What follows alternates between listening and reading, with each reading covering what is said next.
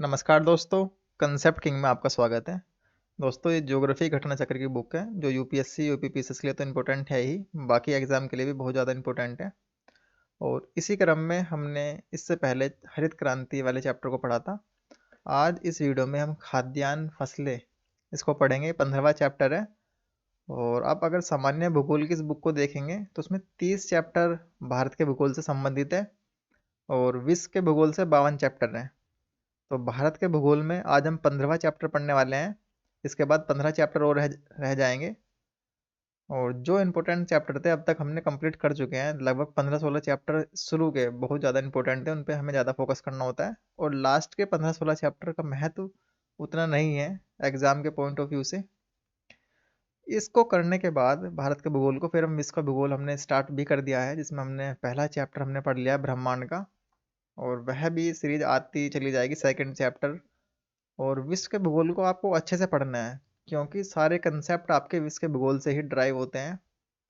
तो विश्व के भूगोल को आपको अच्छे से पकड़ बनाना है। उसके बाद आप है ना, अपने जो आपने स्टैंडर्ड बुक जो अभी तक पढ़ी है उसको पढ़ना है। फिर पिछले साल के पेपर को फिर दोबारा से रिपीट करना है, रिवाइज करना है। तो उनको आपको ऐसे तैयारी करना है। तो चलिए आज हम जो चैप्टर स्टार्ट करते हैं वो खाद्यान्न फसलें हैं। और देखते हैं कि इसमें किस प्रकार के क्वेश्चन अभी तक पूछे गए हैं। देखिए, मैं आपको कई वीडियो में आपको बता चुका हूँ कि पिछले साल के पेपर को सोल्व करने का क्या बेनिफिट है। देखिए, सबसे पहला जो बेनिफिट ये होता है कि हमें एक तो एग्ज़ाम का नेचर पता लगता है कि एग्ज़ाम का नेचर क्या है। दूसरा हमें पता लगता है कि क्वेश्चन का जो फोकस एरिया है हमें वो फाइंड आउट करते हैं कि कहाँ से एग्ज़ाम में क्वेश्चन बन रहे हैं। ठीक है, तो फोकस एरिया में पता लगता है और हमें तैयारी ही उन क्वेश्चन के आसपास करनी होती है। देखिए, बहुत सारे एस्पिरेंट का ये डाउट रहता है कि हमें यह नहीं पता लगता कि हमें क्या पढ़ना है क्या छोड़ना है। तो इसका अंदाज़ा हमें पिछले साल के पेपर को देख के ही लगा सकते हैं कि हमें क्या छोड़ना है क्या पढ़ना है। पिछले साल के क्वेश्चन के आसपास ही हमको पढ़ाई करनी होती है अपने। ठीक है, बिल्कुल आंख मीच के हमें पढ़ाई नहीं करनी होती। पिछले साल के पेपर को एनालाइज करने के बाद ही हम स्टैंडर्ड बुक को फाइंड आउट करते हैं, वहाँ से वो टॉपिक्स को पढ़ते हैं जो एग्जाम में पूछे गए हैं। और तीसरा बेनिफिट ये होता है कि पिछले साल के क्वेश्चन में बहुत सारे क्वेश्चन रिपीट प्रकृति के होते हैं। उनको हम कलेक्ट करते हैं और उन पर अपनी कमांड करते हैं कि हो सकता है कि अगली बार फिर रिवाइज हो जाए।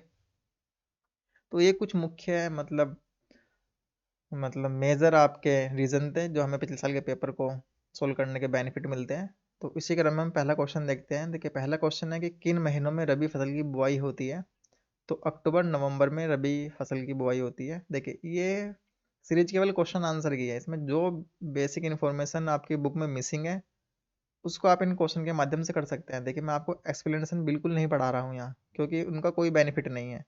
क्यों? क्योंकि आप अपनी बुक से वह जाके रिवाइज करते ही हैं। देखिए, अगर मैं आपको एक्सप्लेनेशन पढ़ाऊंगा तो उसका क्या बेनिफिट है, आप अपनी बुक में पढ़ते ही हैं। इस एक्सप्लेनेशन से आप केवल उन्हीं चीज़ों को पढ़िए जो आपकी बुक में नहीं दे रखी हैं या बहुत ही ज़्यादा न्यू है वो चीज़ें, तो उनको पढ़िए। बस यहाँ से आप केवल क्या फाइंड आउट करिए, क्वेश्चन का नेचर आप देखिए कि क्वेश्चन का नेचर क्या है, क्या एरिया है, किन चीज़ों पे हमें फोकस करना है। केवल पिछले साल के पेपर का यही मुख्य उद्देश्य होता है। तीसरा, जो कंटेंट आपकी बुक में नहीं है और जो यहाँ अच्छा दे रखा है तो यहाँ से आप उठा लीजिए उनको और अपनी बुक में नोट कर लेना है।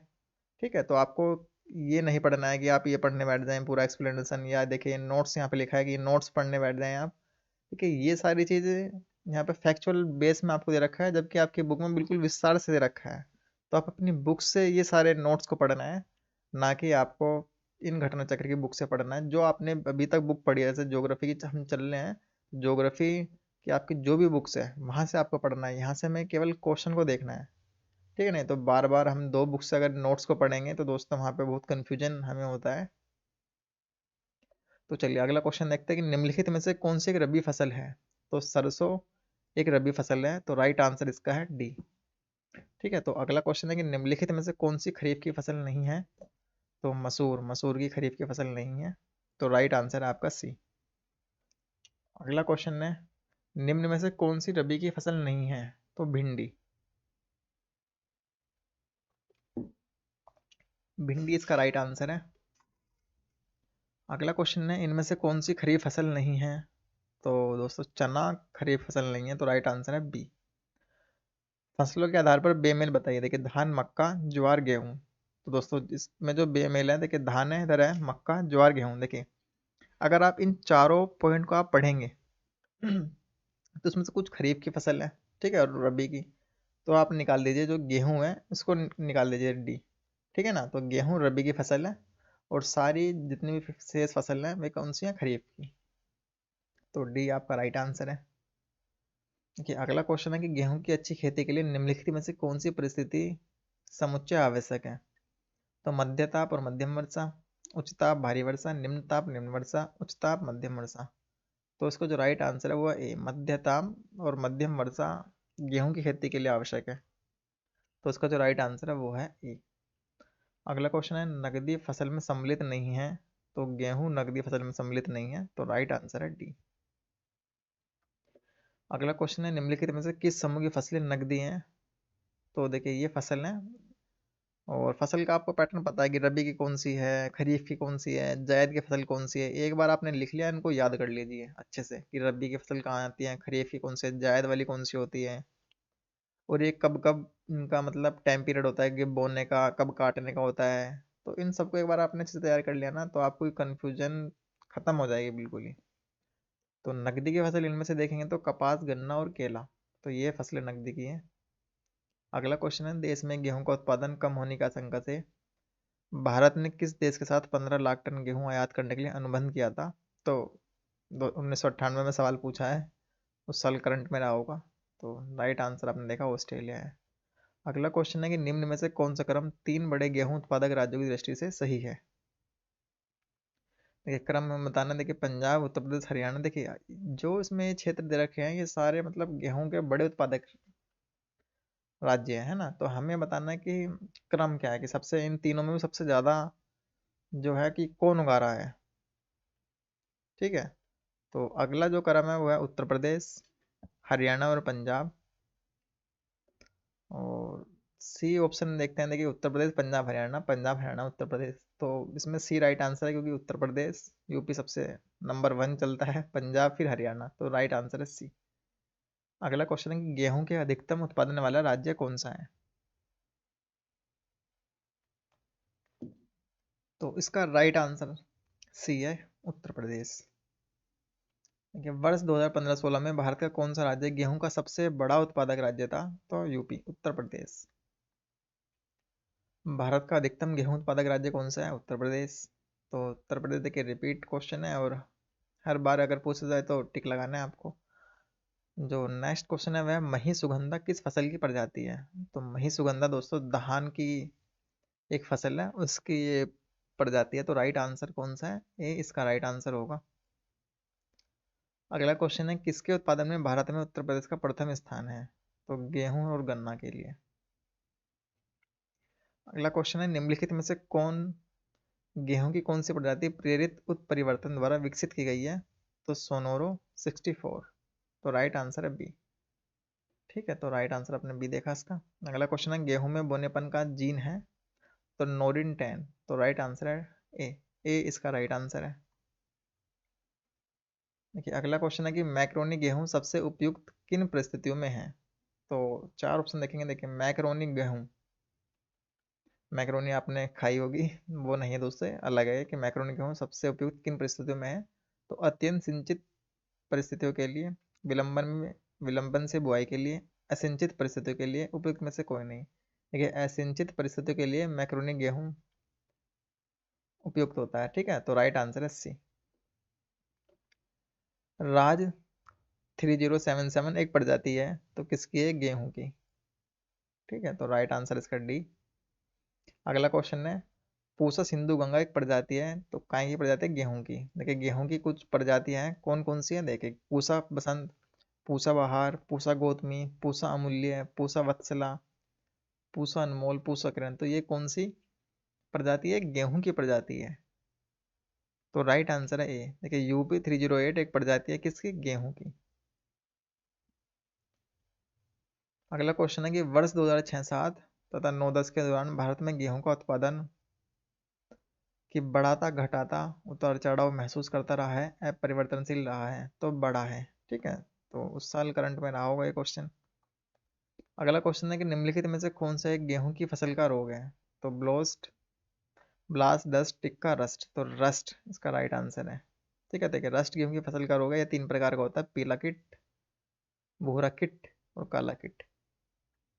कल्याण सोना एक किस्म है तो गेहूं का, ठीक है, तो कल्याण सोना गेहूं की एक उन्नत किस्म है, तो राइट आंसर है सी।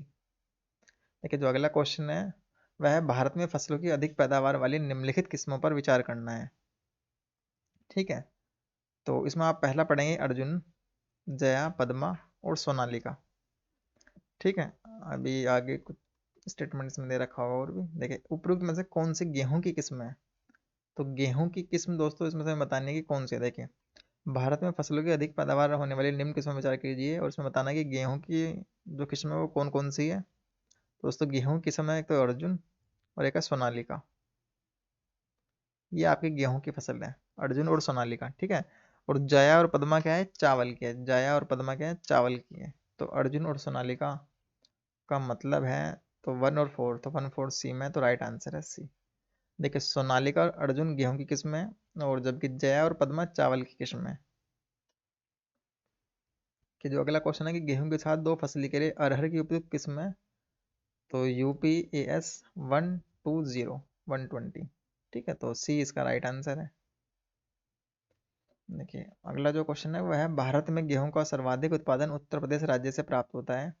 तो ये स्टेटमेंट तो बिल्कुल ठीक है, पहला हम ठीक करेंगे। देखिए ABCD को पढ़ेंगे तो पहला जिसमें नहीं है उसको हटा दीजिए आप, तो बी को हटा दीजिए, तो 1/3 तो पहुंच गए हम। और जहां आपने एक भी ऑप्शन एलिमिनेट करा तो वो आपको 101% अटेम्प्ट लेना है, ठीक है ना। जहां आपको कुछ भी नहीं पता हो वो स्किप करना है आपको, क्वेश्चन वो छोड़ देना है। जहां आपको थोड़ा भी आइडिया हो ना तो वो क्वेश्चन दोस्तों बिल्कुल अटेम्प्ट लेना है। तो पहला तो हट ही गया क्योंकि हमें पहला तो पता ही है, बेशक हमें बाकी स्टेटमेंट नहीं पता हो लेकिन हमें पहला पता है एटलीस्ट। तो अगर आप दूसरा स्टेटमेंट पढ़ेंगे कि उत्तर प्रदेश में अधिकतम क्षेत्रफल वाली फसल पद्धति धान गेहूं है, तो ये भी आपको जेनरिक स्टेटमेंट है बिल्कुल कि हाँ भाई ये भी ठीक है। और आप देखेंगे फर्स्ट और टू तीन ऑप्शन में है, ठीक है। पहला भी ठीक है आपका, सेकंड भी ठीक है। थर्ड पढ़ेंगे एक प्रसार कर्मी के लिए राजनीतिक योग्यता आवश्यक नहीं है। देखिए एक प्रसार कर्मी के लिए राजनीतिक योग्यता आवश्यक नहीं है, ये भी तो बात ठीक है ना, उसे क्यों जरूरी है। तो वन और फर्स्ट सेकंड थर्ड ये तीनों ठीक है। और फर्स्ट सेकंड थर्ड किसमें, देखिए ए में तो नहीं है ना सी में, डी राइट आंसर हो गया। बेशक आपको फोर ना पता हो, फोर तो वैसे भी गलत होना है क्योंकि डी में तो ऑप्शन नहीं है ना भाई। फर्स्ट सेकंड थर्ड केवल डी में है, ए में और सी में तो है ही नहीं। तो फोर्थ आपको पता हो या ना पता हो उससे कोई मतलब फर्क नहीं पड़ने वाला है। गेहूं की सिंचाई के लिए पुष्प लगने की अवस्था सर्वाधिक क्रांति की अवस्था, देखिए हमें नहीं पता बिल्कुल भी इसका, ठीक है। जबकि ये गलत स्टेटमेंट अपना आप ही हो गया, फर्स्ट सेकंड थर्ड, ठीक है, तो डी राइट आंसर हमने लगा दिया है। देखिए अगला क्वेश्चन है कि ट्रिटिकेल निम्न में से किन दो बीज के संकर है, ठीक है। तो हमें बताना है कि किन दो बीज का क्रॉस है, तो गेहूं और राई। तो राइट आंसर है ट्रिटिकल गेहूं और राई के मध्य संकर का प्रतिफल है, तो डी राइट आंसर है गेहूं और राई। अगला क्वेश्चन है कि निम्नलिखित दो कथन दिए गए हैं, आपको बताना है कौन सा ठीक है कौन सा गलत है। देखिए लिखा है कि पंजाब हरियाणा उत्तर प्रदेश भारत के प्रमुख गेहूं उत्पादक राज्य है। हाँ ये उत्पादक राज्य है, हरित क्रांति का सबसे ज़्यादा जो बेनिफिट मिला यहीं मिला इन क्षेत्रों में। कारण अगर आप पढ़ेंगे कि सुअपवाहित उर्वर भूमि शीतकाल में 10 से 15 डिग्री सेल्सियस से तापमान एवं लगभग 75 सेंटीमीटर औसत वार्षिक वर्षा गेहूं के उत्पादन के लिए आवश्यक है। ये भी राइट आंसर है, ठीक है। तो ए और आर दोनों सही है और इसकी सही व्याख्या भी करता है, तो ये राइट आंसर है इसका। देखिए अगला क्वेश्चन है कि करनाल बंट एक बीमारी है, तो किसकी बीमारी है करनाल बंट, तो गेहूं की, तो राइट आंसर है डी। अगला क्वेश्चन है कि मैक्रोनी गेहूं का वानस्पतिक नाम क्या है, तो Triticum durum. Triticum durum macaroni गेहूं का वानस्पतिक नाम है, तो राइट आंसर है सी। देखिए अगला देखते हैं, देखिए खरीफ की फसल है। देखिए धान की उत्पत्ति हुई है। देखिए कितना इंपॉर्टेंट ये वाला क्वेश्चन है कि धान की उत्पत्ति कहाँ पे हुई है हमें बताना है। तो पहला अगर आप पढ़ेंगे ए यूरोप में, बी दक्षिण पूर्व एशिया में, सी दक्षिण अमेरिका में, डी उपयुक्त में से कोई नहीं। तो दक्षिण पूर्व एशिया में धान की उत्पत्ति हुई है। और इसके लिए जो आवश्यक दशाएं हैं, 25 डिग्री सेल्सियस का तापमान होना चाहिए और 100 सेंटीमीटर से अधिक की वार्षिक वर्षा होती है।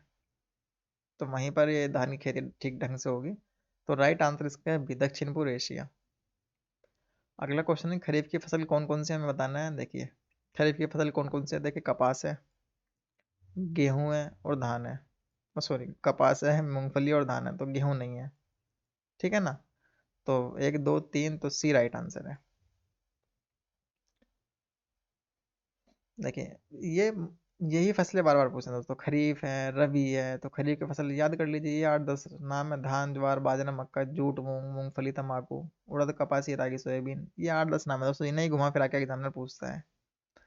अगला अगर आप क्वेश्चन पढ़ेंगे ये वाला कि चावल की खेती के लिए आदर्श जलवायु परिस्थिति कौन सी है, तो 100 सेंटीमीटर से ऊपर वर्षा और 25 डिग्री सेल्सियस से ऊपर ताप, पहला। ठीक है, फसल की पूरी अवधि के लिए ठंडी और नम जलवायु।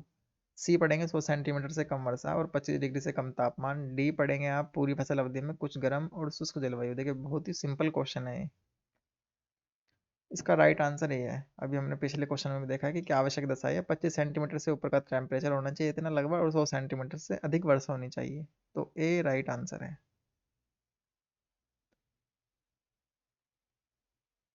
देखिए, अगला क्वेश्चन है कि निम्नलिखित में से कौन सी एक खरीफ की फसल है।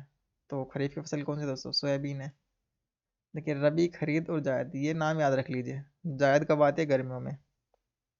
तरबूज, ककड़ी, खीरा। ठीक है ना। देखिए, जायद के नाम है ये जो बहुत, वाटरमेलन, खरबूज, तरबूज, ये सब जो पानी वाले ज़्यादा हैं। ठीक है, तो जायद, रबी, खरीफ। ठीक है, रबी में गेहूं, जौ, चना, मसूर, सरसों, बरसीम। देखिए, इनको याद रख लीजिए। खरीफ में सबसे इंपॉर्टेंट फसल ध्यान रखिए, चावल और गेहूं। गेहूं का आएंगे रबी में, खरीफ चावल। तो इस तरह से आप याद रख सकते हैं। देखिए, इसको याद करने का एक तरीका और मैं आपको बता दूं, इसमें कुछ अगर आपको याद रखना है। तो ये सबसे पहले आप खरीफ की फसल देखिए। खरीफ की फसल में आपको पता है कि धान का वो क्या बोलते हैं, चावल। ठीक है, चावल अगर हमें बनाने हैं तो चावल में हम सोयाबीन भी डाल देते हैं। ठीक है, तो ये ध्यान रखना। मूंगफली भी डाल सकते हैं। तो ये ध्यान रख सकते हैं आप, इस तरह से रख सकते हैं दोस्तों, नाम याद आप। ठीक है, तो सोयाबीन डाल सकते हैं, मूंगफली डाल सकते हैं, अरहर की समझ लो दाल, चावल के साथ अरहर की दाल खा सकते हैं, है ना। तो इस तरह से जो भी आप लॉजिक निकाल सकते हो कि भाई चावल है, चावल में हम सोयाबीन डाल के खा सकते हैं, मूंगफली डाल के भी खा सकते हैं, चावल के साथ हम अरहर की दाल भी बना सकते हैं। तो इस तरह से आप ध्यान रख सकते हैं। बाजरा खा सकते हैं, मुझे बताना, खा सकते हैं क्या? ठीक है, तो इस तरह से आप कुछ भी, कोई भी पैटर्न लगाइए, लेकिन आप इनको याद कर लीजिए क्योंकि एग्जाम में इनसे क्वेश्चन पूछते हैं। देखिए, रबी में कैसे याद करना है, गेहूं है। ठीक है, तो गेहूं की रोटी बना सकते हैं, चने की दाल से खा सकते हैं, मसूर की दाल से खा सकते हैं, सरसों से, सरसों का तेल बना सकते हैं। तो कुछ भी लॉजिक लगाइए, लेकिन उद्देश्य क्या है हमारा, कि इनको याद करना उद्देश्य है हमारा। कुछ भी लॉजिक लगाना है। ठीक है, देखिए, अधिकांश दाल आपकी रोटी के साथ है, गेहूं के साथ, चना, मसूर। ठीक है, ये तो कुछ भी लॉजिक लगाइए, आपको याद करना है। देखिए, इनमें से कौन सी खरीफ की फसल नहीं है, तो खरीफ की फसल कौन सी नहीं है? सरसों, क्योंकि ये रबी की फसल है। ठीक है, तो अगला क्वेश्चन देखते हैं। निम्नलिखित में से कौन सी खरीफ की फसल नहीं है? तो चना, चना खरीफ की फसल नहीं है। तो बी राइट आंसर है। अगला क्वेश्चन है, निम्नलिखित फसलों में से कौन एक भारत में प्रमुख खाद्यान्न है? देखिए, चावल भारत की एकदम प्रमुख खाद्य फसल है, और फिर उसके बाद गेहूं है। ठीक है, देखिए, भारत में लगभग हर घर में चावल तो बनता ही है। अगर रोज भी नहीं बनेगा तो हर दूसरे तीसरे दिन तो चावल चाहिए ही चाहिए। हालांकि चावल बनता ही है अमूमन। तो अगला क्वेश्चन देखते हैं, खेती के अंतर्गत क्षेत्र के अनुसार भारत में सबसे महत्वपूर्ण खाद्य फसल कौन सी है? तो चावल। राइट आंसर आपने देखा, डी। अगला क्वेश्चन है, भारत में निम्नलिखित में से किस फसल के अंतर्गत सर्वाधिक क्षेत्रफल है? तो धान, धान राइट आंसर है। अगला क्वेश्चन है, भारत में चावल की खेती के अंतर्गत सर्वाधिक क्षेत्र कहाँ पाया जाता है? तो उत्तर प्रदेश में। तो राइट आंसर है इसका, सी इसका राइट आंसर है। ओके, अगला क्वेश्चन है, भारत में प्रति हेक्टेयर चावल का औसत उत्पादन वर्ष 13-14 में कितना था? तो वर्ष 2013-14 में करंट अफेयर में रहा होगा, देखिए। जिस साल हम एग्जाम दे रहे होते हैं तो उस साल करंट अफेयर में हमें बजट और इकोनॉमिक सर्वे पढ़ना होता है, तो उसकी समरी भी पढ़ सकते हैं आप। समरी ही ज़्यादा उपयुक्त होती है। अगर बजट और सर्वे पढ़ने बैठ ही जाएंगे तो उसमें काफ़ी टाइम हमारा चला जाता है, तो इससे अच्छा है कि हम किसी की समरी पढ़ लें, है ना। तो उसमें ये सवाल आता है कि इकोनॉमिक सर्वे में कि चावल में हमारा क्या वो रहा है इस साल उत्पादन। ठीक है, गेहूं का क्या उत्पादन रहा है इस साल। तो इस तरह से इनको क्वेश्चन को अटेम्प्ट करना होता है। तो करंट अफेयर में रहा था पूरी तरह से, इसका आंसर इसका ई है। ठीक है, अगला क्वेश्चन देखते हैं। भारत के चावल के कटोरे क्षेत्र का नाम बताइए। देखिए, चावल का कटोरा किस क्षेत्र को कहा जाता है, हमें वह बताना है यहाँ। तो कृष्णा गोदावरी डेल्टा क्षेत्र को चावल के कटोरे के क्षेत्र के रूप में जाना जाता है। तो राइट आंसर कौन सा है, बी। अगला क्वेश्चन देखते हैं। देखिए, जो नेक्स्ट क्वेश्चन है, निम्नलिखित राज्यों में से किसमें धान की उत्पादकता सर्वाधिक है। तो पंजाब में। ठीक है, देखिए ये जो आंकड़े जारी करते हैं, तो इसके अनुसार देखिए पंजाब में है उत्पादकता। अगला क्वेश्चन है कि कौन सी चावल की किस्म नहीं है। तो देखिए, हंसा, जया, पद्मा और ज्वाला, इनमें से ज्वाला जो है वो चावल की किस्म नहीं है। चावल की प्रमुख किस्म का नाम अगर आप देखेंगे तो जमुना, करुणा, जया, कांची, जगन्नाथ, कृष्णा, कावेरी, हंसा। देखिए, इतने नाम याद करना बिल्कुल पॉसिबल नहीं है, लेकिन जो पिछले साल के पेपर में रिपीट हो उनको तो आप याद कर सकते हैं। देखिए, अगला क्वेश्चन आप देखेंगे, जया, पद्मा, कृष्णा निम्नलिखित में से किस धान्य की उन्नत किस्म है। तो किसके धान की है, तो रिपीट है। देखिए, कौन सी चावल की किस्म नहीं है, ऑप्शन में दे रखा है कि हंसा, जया, पद्मा। देखिए, जो रिपीट है, जो पिछले साल के पेपर में दे रखा है, हमें वो याद करना है। इस तरह से तो चावल के दोस्तों सैकड़ों प्रजाति हैं, तो हम सैकड़ों प्रजाति के नाम थोड़ी याद करने हैं हमें।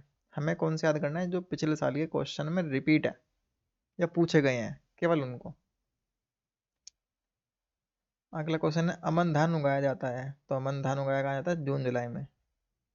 ठीक है, अगला क्वेश्चन है, पूसा सुगंधा 5 एक सुगंधित किस्म है, तो किसके है, धान की।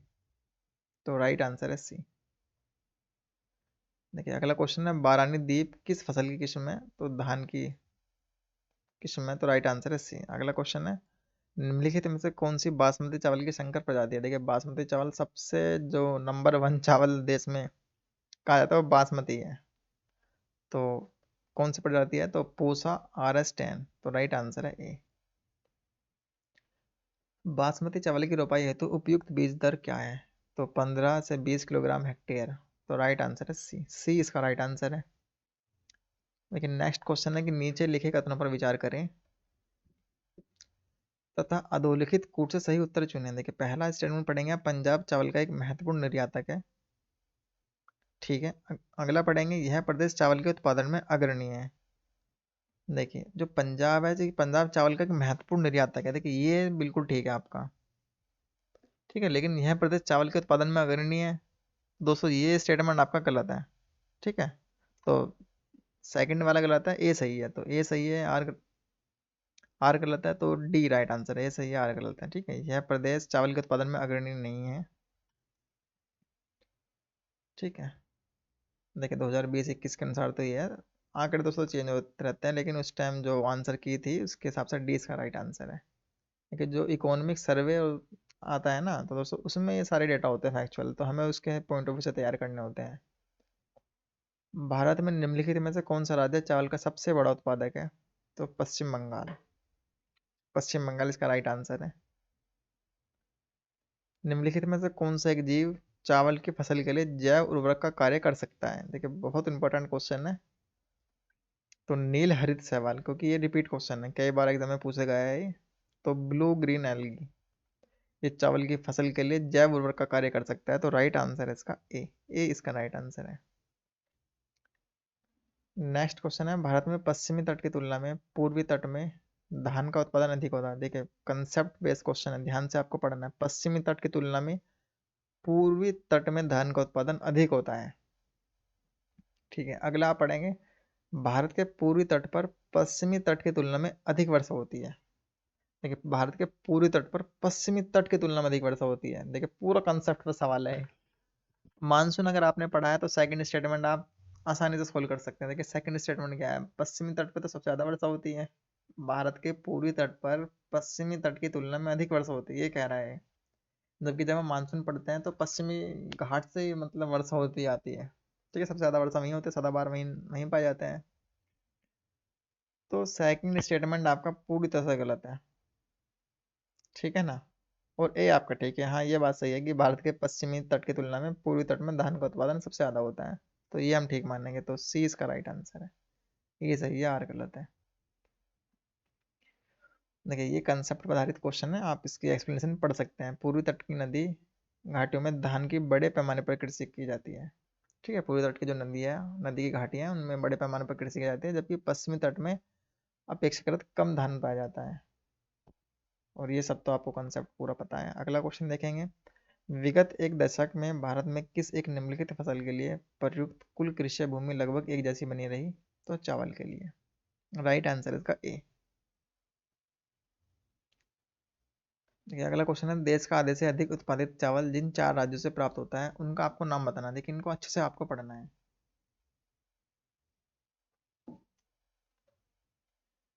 कि चावल, जितना भी पूरे देश में चावल होता है, ये चार राज्य उसका आधे से ज्यादा उत्पादन कर देते हैं। तो कौन से वे चार राज्य हैं? देखिए पश्चिम बंगाल है, उत्तर प्रदेश, पंजाब और आंध्र प्रदेश। ठीक है, तो ये चार नाम आपको याद करने हैं। जितना देश में चावल उत्पादन होगा ना, उससे ज्यादा ही कर देंगे ये, आधे से अधिक। देखिए अगर इसको 100 मान ले तो 50 से ज्यादा। ठीक है, तो पश्चिम बंगाल, उत्तर प्रदेश, पंजाब और आंध्र प्रदेश। तो राइट आंसर इसका बी। अगला क्वेश्चन देखते हैं। भारत के निम्नलिखित राज्यों को उनके चावल उत्पादन के आरोही क्रम में आपको लगाना है इसमें।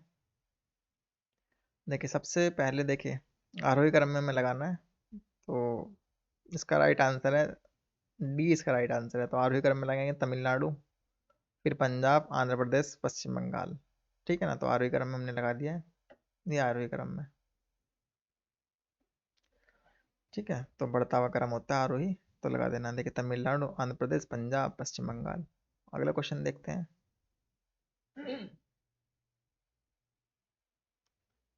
देखिए भारत में चावल का आधिक्य उत्पादक है, तो आंध्र प्रदेश, पंजाब, बिहार, तमिलनाडु। तो आंध्र प्रदेश में, तो उसका जो राइट आंसर है वह है ए। ए इसका राइट आंसर है। नेक्स्ट क्वेश्चन है, भारत में चावल की खेती उन क्षेत्रों में होती है जहां वार्षिक वर्षा 100 सेंटीमीटर से अधिक होती है। बहुत सिंपल क्वेश्चन ये पूछा गया है, तो डी इसका राइट आंसर है। अगला क्वेश्चन है, निम्नलिखित में से किस एक राज्य में संकर धान की खेती के अंतर्गत सर्वाधिक क्षेत्रफल है? तो कहाँ पर है ये?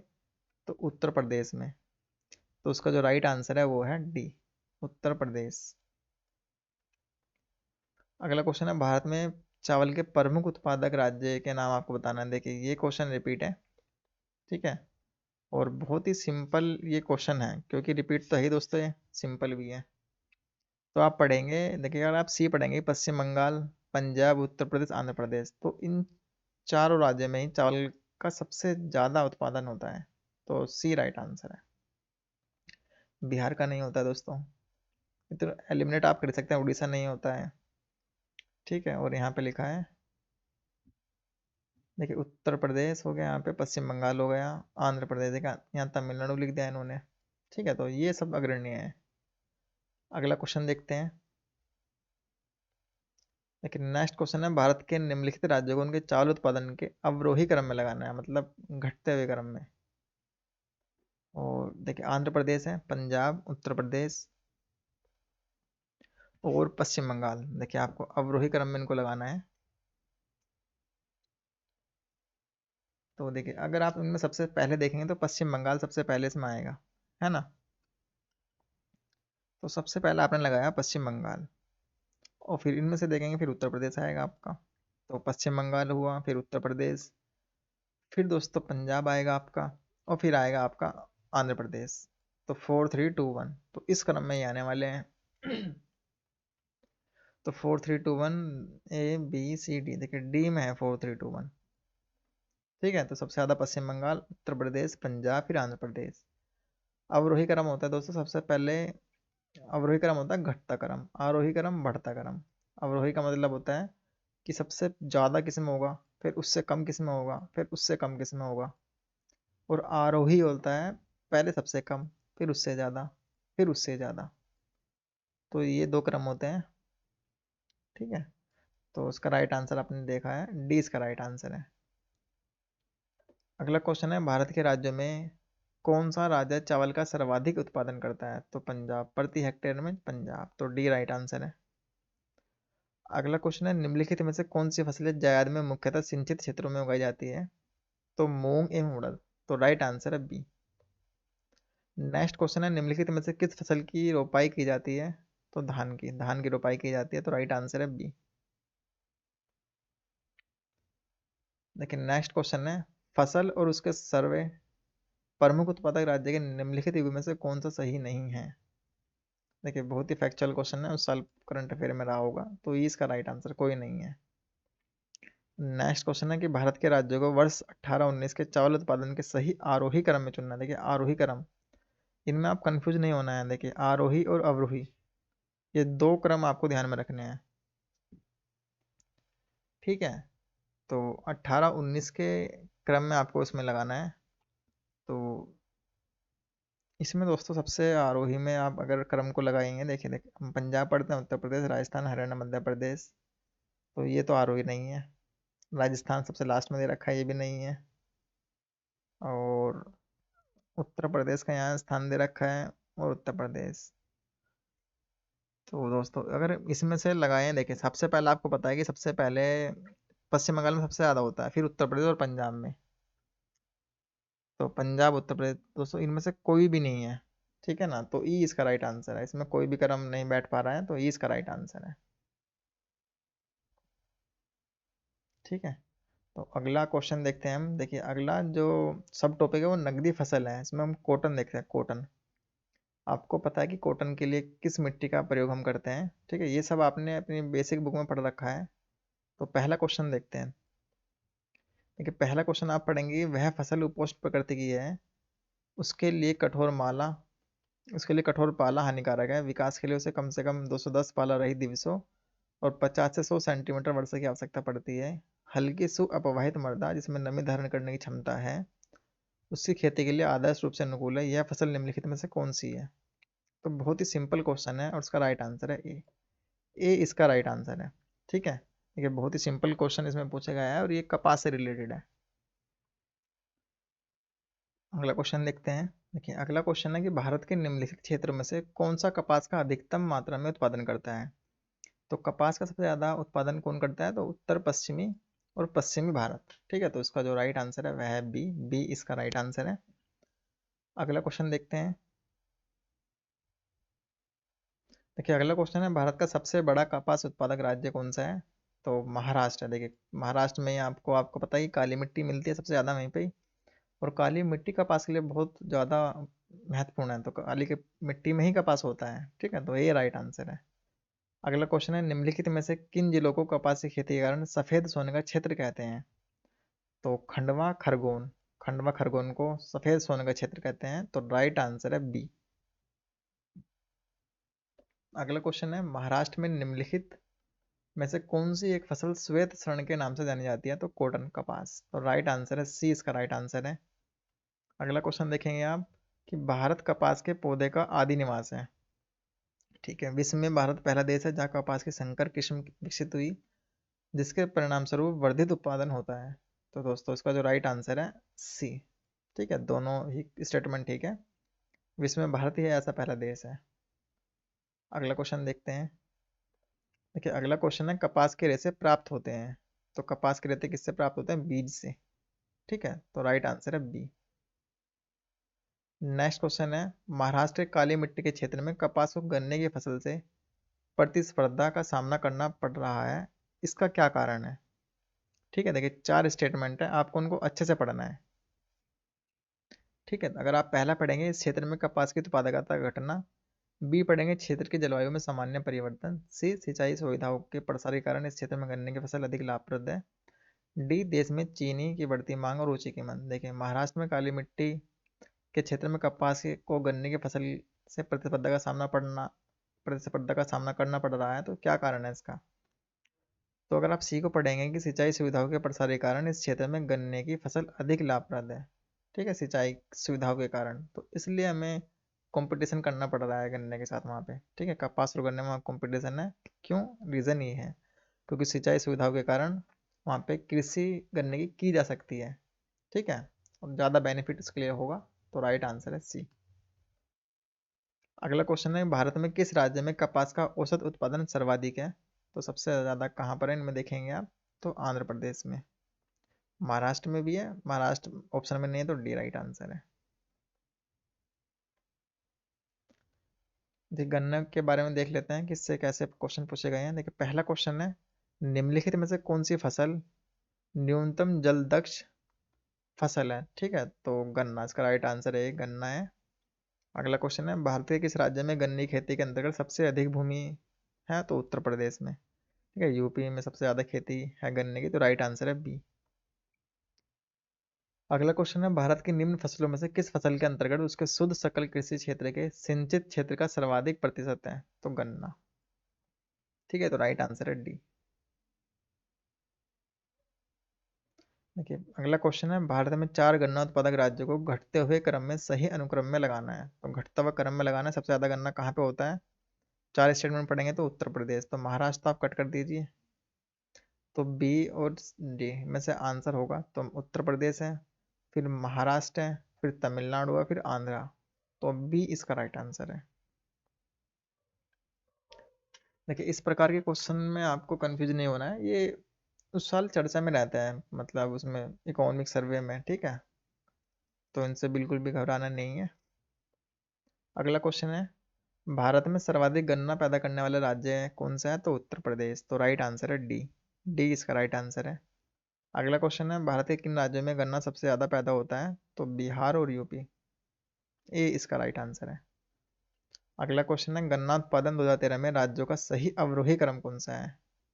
देखिए सही अवरोही क्रम आप लगाएंगे, देखिए उत्तर प्रदेश का जाए तो सबसे पहले उत्तर प्रदेश आएगा, तो बी और डी में से 50-50 तक पहुंच गए हैं। अवरोही का मतलब है घटते हुए क्रम में, सबसे ज़्यादा पहले कहाँ, फिर उसके बाद कम, उसके बाद कम, उसके बाद कम, तो यूपी, महाराष्ट्र, कर्नाटक, हरियाणा, तो बी इसका राइट आंसर है। अगला क्वेश्चन है, देखिए चीनी उत्पादन प्रक्रम में सीरा एक बाई प्रोडक्ट है, उप उत्पाद है, उप उत्पाद को बोलते हैं बाई प्रोडक्ट। नेक्स्ट है, चीनी कारखानों में चीनी मिलों में से निकली खोई भाप बनाने के लिए बॉयलरों में ईंधन के रूप में प्रयोग की जाती है। थर्ड है, कच्ची सामग्री के रूप में केवल गन्ने से ही चीनी का उत्पादन होता है। देखिए अगर आप फर्स्ट और सेकंड पढ़ेंगे तो ये स्टेटमेंट आपके बिल्कुल राइट है, जबकि थर्ड गलत है। देखिए एक तो है ना, आप ध्यान रखिए जो भी एक्सट्रीम चीज़ होती है ना वो हानिकारक होती है किसी भी चीज़ के लिए। एक कच्ची सामग्री के रूप में केवल गन्ने से ही चीनी का उत्पादन होता है, तो थर्ड स्टेटमेंट गलत है। ठीक है, चीनी का निर्माण पात्र गन्ने से नहीं चुकंदर से भी होता है, देखिए लिखा भी है, तो ए इसका राइट आंसर है। तो ए इसका राइट आंसर है। अगला क्वेश्चन देखते हैं।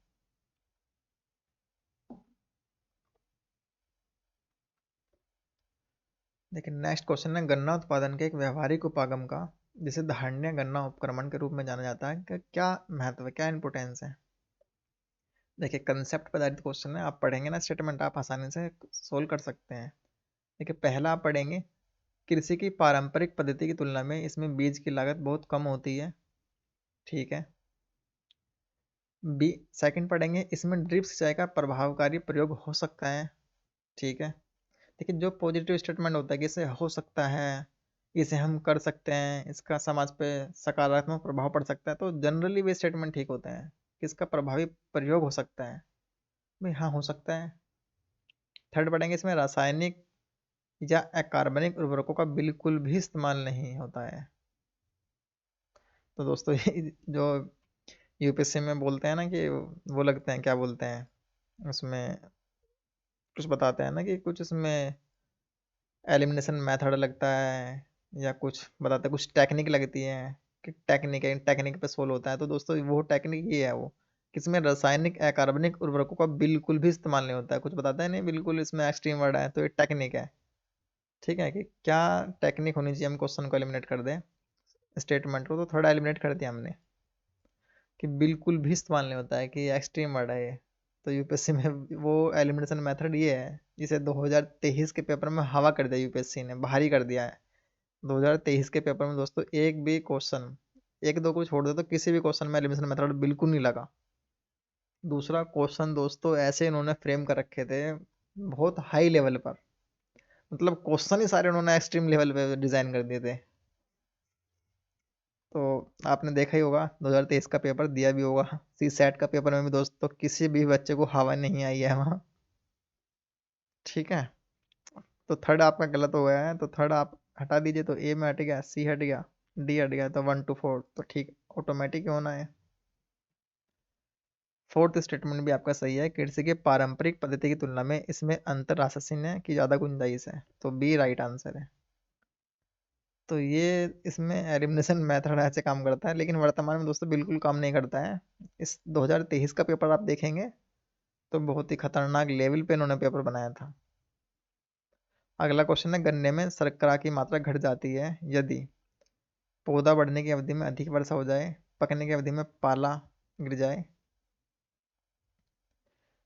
पौधा बढ़ने की अवधि में तापमान में कमी वृद्धि हो जाए, पकने की अवधि में तापमान बहुत अधिक हो। देखिए जो बी स्टेटमेंट को पढ़ेंगे वह ठीक है। क्यों? गन्ने में शक्कर की मात्रा घट जाएगी अगर उसमें पाला पड़ गया, उस टाइम पीरियड में पाला अगर पड़ जाता है तो अवधि घट जाती है। पाला गन्ने के लिए हानिकारक होता है, तो ठीक है, तो पाला। अगला क्वेश्चन है, भारत में चीनी के प्रथम 3 अग्रणी उत्पादक कौन से हैं? तो सी उत्तर प्रदेश, महाराष्ट्र और कर्नाटक। अगला क्वेश्चन है, देखिए 2015-16 में के बारे में डेटा से पूछ रखा है कि भारत के बृहत्तम चीनी उत्पादन करने वाले राज्यों का सही अवरोही क्रम बताना है। तो सही अवरोही क्रम कौन सा है? ए महाराष्ट्र, यूपी, कर्नाटक, तमिलनाडु। तो राइट आंसर है ए। अगला क्वेश्चन है, देखिए इस इस प्रकार के क्वेश्चन कभी नहीं पूछे जाने के, रिपीट ये नहीं होंगे। हमें इसमें से क्या फाइंड आउट करना है? जो अच्छे क्वेश्चन है, कंसेप्ट पर आधारित है, जो इस तरह के क्वेश्चन है ना, वे कभी नहीं पूछने के। क्या आप कहेंगे क्वेश्चन क्यों करा रहे हैं दोस्तों? सीक्वेंस से दे रखे तो इसलिए हम टिक मार के चल रहे हैं। हमें पता लग रहा है इस तरह के क्वेश्चन यूपीपीसीएस पूछता है। ठीक है, तो यही बेनिफिट है। बाकी क्वेश्चन बिल्कुल नहीं पूछेगा एग्जामिनर, ये वाला दोबारा रिपीट नहीं होगा। अगला क्वेश्चन है, चीनी उद्योग से संबंधित निम्न कथनों में से कौन सा ठीक है? तो पहला पढ़ेंगे, विश्व में चीनी उत्पादन में भारत का हिस्सा 15% से अधिक है। सेकंड आप पढ़ेंगे, भारत में चीनी उद्योग दूसरा सबसे बड़ा कृषि आधारित उद्योग है। थर्ड पढ़ेंगे आप, भारत चीनी का सबसे बड़ा उपभोक्ता है और भारत चीनी का सबसे बड़ा उत्पादक है। तो फर्स्ट सेकंड थर्ड तीनों स्टेटमेंट ठीक है, जबकि सबसे बड़ा उत्पादक भारत नहीं है। ठीक है ना? तो सबसे बड़ा उत्पादक कौन है? देखिए सबसे बड़ा उत्पादक है चीन। चीन सबसे बड़ा उत्पादक है। अगला क्वेश्चन है कि शक्कर नगर चीनी का एक प्रमुख उत्पादन केंद्र है, तो कौन सा है? आंध्र प्रदेश में। तो प्रमुख उत्पादक केंद्र कौन सा है? आंध्र प्रदेश। अगला क्वेश्चन है, कौन सा राज्य भारत का शक्कर का प्याला कहलाता है? तो शक्कर का प्याला कौन सा कहलाएगा? उत्तर प्रदेश। तो शक्कर का प्याला कहलाता है, तो ये ध्यान रख लेना है आप। तो डी राइट आंसर है। नेक्स्ट क्वेश्चन है कि भारत के निम्न राज्यों में से किसे चीनी का कटोरा कहा जाता है? तो चीनी का कटोरा किसे कहा जाएगा? देखिए शक्कर का प्याला, चीनी का कटोरा, तो यूपी, उत्तर प्रदेश। अगला क्वेश्चन देखते हैं। देखिए वर्ष 1903 में भारतवर्ष की प्रथम चीनी मिल स्थापित कहाँ की गई थी? तो प्रतापपुर में। ठीक है ना? यूपी में एक जिला है देवरिया, तो वहाँ पे एक स्थान है प्रतापपुर। ठीक है, तो बी इसका राइट आंसर है। देखिए अगला क्वेश्चन है, किन कारकों ने उत्तरी भारत से दक्षिणी भारत में चीनी उद्योग के स्थानिक स्थानांतरण में सहायता की? देखिए बहुत ही सिंपल क्वेश्चन है और कंसेप्ट पर आधारित है ये क्वेश्चन। देखिए कि वे हमें कारण बताना है कि उत्तरी भारत से दक्षिणी भारत में, देखिए उत्तर से मैं दक्षिण भारत में जाना है, कि चीन उद्योग वहाँ पे क्यों स्थानांतरित हुआ, या किन कारणों ने हमें वो सहायता प्रदान की कि हम उत्तर भारत से चीनी उद्योग को दक्षिण भारत में ले गए। ठीक है, देखिए आप चार स्टेटमेंट है, आप इनको पढ़ेंगे तो पहला पढ़ेंगे गन्ने का प्रति एकड़ उच्चतम उत्पादन। सेकंड आप पढ़ेंगे गन्ने में शर्करा का अधिक होना। थर्ड पढ़ेंगे पेराई का अधिक लंबा समय। और फोर्थ पढ़ेंगे सस्ता श्रम। ये सस्ता श्रम तो क्या उत्तर भारत में नहीं मिलता? ठीक है, तो ये तो स्टेटमेंट आपका फोर्थ तो आपका ठीक नहीं है, जबकि फर्स्ट सेकंड और थर्ड ये आपका ठीक स्टेटमेंट है। तो सी इसका राइट आंसर है। अगला क्वेश्चन है, गन्ने में प्रजनन का कार्य किया जा रहा है, तो कहाँ पे? कोयटुम्बुर में, कोयम्बटूर में। ठीक है ना? तो सी डी इसका राइट आंसर है। और ये कहाँ पे स्थान है? तमिलनाडु में। अगला क्वेश्चन है, गन्ने का बीज उत्पादित किया जाता है, तो कोयम्बटूर में। तो डी इसका राइट आंसर है। देखिए अगला क्वेश्चन है, गन्ने की अर्धशालीय फसल पकने के लिए समय लेती है, तो 18 माह। तो सी इसका राइट आंसर है। अगला क्वेश्चन है, चीनी उद्योग दक्षिण भारत में अधिक विकसित है, कारण गन्ने की प्रति हेक्टेयर पैदावार तथा गन्ने के रस की मात्रा दक्षिण राज्य में अधिक होती है। तो दोनों ही कथन सही है आपके स्टेटमेंट, और इसकी सही व्याख्या भी यह करता है कारण। ठीक है ना? तो ए इसका राइट आंसर है। देखिए अगला क्वेश्चन है, उत्तर प्रदेश में गन्ना तथा चीनी का उत्पादन महाराष्ट्र से अधिक है परंतु उत्पादकता कम है। ठीक है, महाराष्ट्र में अधिकांश चीनी मिलें सहकारी क्षेत्र में स्थापित है। देखिए दोनों ही स्टेटमेंट ठीक है, लेकिन आर ए की सही व्याख्या नहीं करता है। ठीक है, तो इसका जो राइट आंसर है वह है बी। कथन ए तथा आर दोनों सही है परंतु कारण ए की सही व्याख्या नहीं करता है। तो बी इसका राइट आंसर है। तो इस वीडियो में दोस्तों हमने 2 चैप्टर को अच्छे से पढ़ लिया है। तो अगला जो चैप्टर है वो तिलहन वाला है। देखिए इस वीडियो में हमारा जो टारगेट था वो खाद्यान्नी फसलों का था। ठीक है, तो खाद्यान्नी फसलें हमने देख लिया इस चैप्टर में, हमने नकदी की फसलें इसमें देख लिया हमने। तो 2 चैप्टर हमने इसमें कर लिए हैं कवर। नेक्स्ट वीडियो में हम दोस्तों तिलहन इस चैप्टर को पढ़ेंगे और आशा करते हैं आपको ये सीरीज अच्छी लग रही होगी। अगर दोस्तों वीडियो अच्छी लग रही है तो प्लीज़ लाइक करें, क्योंकि दोस्तों एक वीडियो बनाने में बहुत समय लगता है। आप समझ सकते हैं कि कितना टाइम लगता है, फिर इसको अपलोड करनी होती है।